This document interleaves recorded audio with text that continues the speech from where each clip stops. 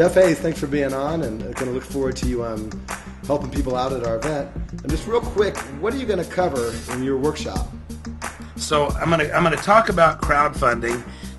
I think if people knew the reasons to crowdfund, every deal should, or just about every deal every new venture should be launched with crowdfunding. It's a great way to build a tribe. It's a great way to test your market and to test your marketing materials, and to really get out in before you sink your money into your business to see, does the market want this at all, and craft your message. Besides the fact you can fund your project.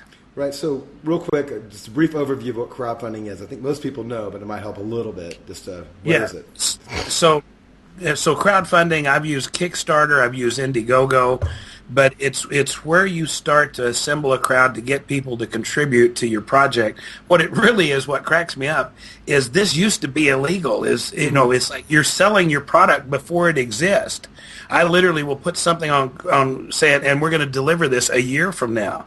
I mean, I'm sure you remember that used to mean the postal inspector would be at your place. Right. If you take credit cards and then don't deliver within 30 days, this allows you to sell a product before it exists, and so to gather a crowd. But it's filled with pitfalls.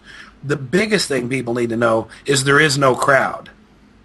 People think, okay, if I put this out there, there's nobody going to Kickstarter looking around going, okay, where can I get rid of some money? Okay. It's like any other internet marketing. You got to have a page that converts, and you got to figure out how to drive traffic to that page. Got it. And Indiegogo and Kickstarter are platforms where that can happen. Got it. But don't expect I put it out there, and it's like saying I've got a great product, I put it on the web, and people will find me. It sounds like my first web company in 2004.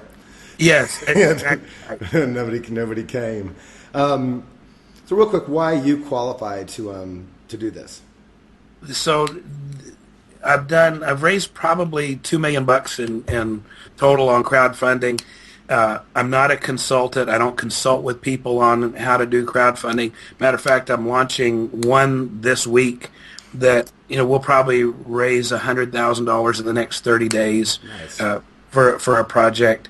I've done 10 successful crowdfunding campaigns, and all of them for me. So you hear people that say, well, I've consulted on campaigns that have raised $3 million. I know the type.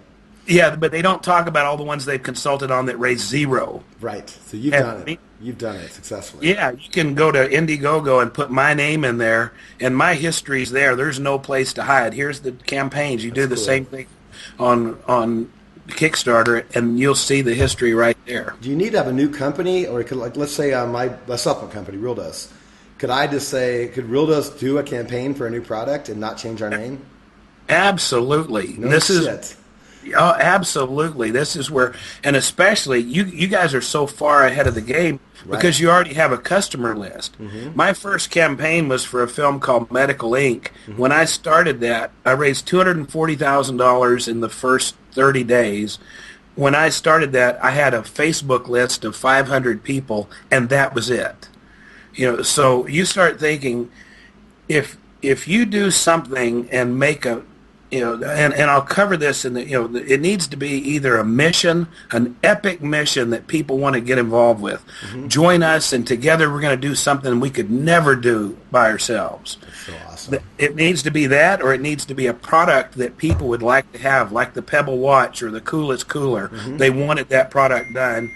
Or in the third place, it needs to be, hey, the cool kids are getting together, we're having a party, don't miss out. Mm-hmm. And so it's something that people want to join because what it says about me if I get to be a part of this. If you can fit into one of those three categories, mold your product into, so if you think of some new thing from Real Dose that's epic, like you and I are talking about CBDs, you could so easily do a crowdfunding campaign for any of these companies producing CBDs. Mm-hmm. Hey, we're going to guarantee quality. We're going to do this in a way that you could build a crowd around. That's amazing. Very, very cool. So you got the ethos. So a lot of people, let's kind of in this realm, you're going to go into so much detail, but what's some principles from what you're doing that somebody, if they have an online anything, they could do right now to kind of improve what they're doing? Yours is a little different because it's a separate venture, but is there any principles from this crowdfunding thing you're doing that no matter what you're doing right now, that kind of learning they could apply like next week? Absolutely. The key is, and the same thing in my film business, I don't make the movies that I want to make. I make movies that other people want made. So good, so good. And so if you're crowdfunding, you don't crowdfund what you want done. You crowdfund what the crowd wants done.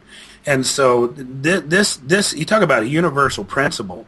I remember Jay Abraham telling me a decade ago, don't fall in love with your product, fall in love with your customer. And so this is the guiding light through my whole business. There's all kind of people tell me, "Oh, Jeff, I have your next film." Whenever I hear that, I know whatever I'm about to hear is not my next film. Yeah. I don't do the things that I find fascinating. I do things that other people want done. Yeah, it sounds like you're pretty familiar. You're pretty similar like Ryan Levesque on the direct response side. He's actually going to come to the event as well. I was so happy when I saw he was going to be. Because he basically is like, don't create a product, survey everybody, then create your product. Absolutely. Yeah. Same principles. Yeah, it fits in real well. That I could actually see a combination of a survey funnel crowdfunding campaign. That could be interesting.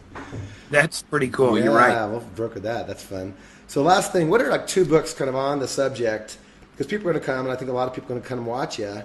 So they come in educated. What are some 1 or 2 books, or one, if the rest suck, that they could read and have a leg up?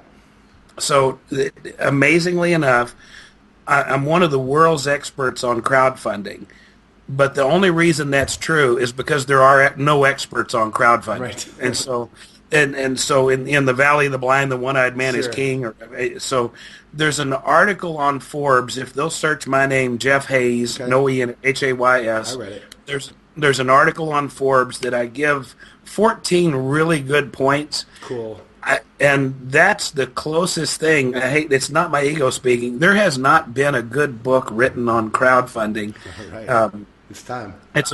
I bought them because I was thinking about doing a course on crowdfunding, and so I thought, well, let's see what's out there. And literally one of them I read, and they're all written by people that have never crowdfunded anything. And so this is a new, uncharted territory. But if I was going to recommend a book, it would actually be Ryan Levesque's book, Ask, and the survey, because you're right, this dovetails really well. Yeah, I just spent the weekend with him. It's incredible. I can't wait till you guys meet. Meeting. Yeah, I can't wait for the meeting of the minds. Well, Jeff, thanks so much. I can't wait to see you in Utah. I mean, this is going to be too much. I'm really excited. Thank you, Michael. I'm looking forward to it. All right. Now it'll cut. Cool. Yeah, that was awesome. Like this is good because most events don't have pre-interviews. Yeah, this is perfect. Yeah, this is going to be fun. Well, man, so let me know going in anything, and then we're kind of on the crunch time. We're kind of getting to the point where people might have to share rooms, but we're still trying to get more people. So if you know anybody, I know you're doing health folk, but well, what I'll do, I'm going to 25K this week. Oh, no shit. So I leave for that tomorrow. So I'll think while I'm there. I'll pull 2 people out of there that ought to be kind of business people or even some newbies that I can give scholarships to, because it's going to start being shared rooms soon. So I can give a discount because hey, you'll be sharing a room. Because now we got a lot of big hitters. Now I'm looking for some smaller hitters. So you know what I'm saying? Because to balance it out. Because I don't want this to be pretty cool. I don't want it to be a swinging dick show. I'll look around the room and see who ought to be there. I know.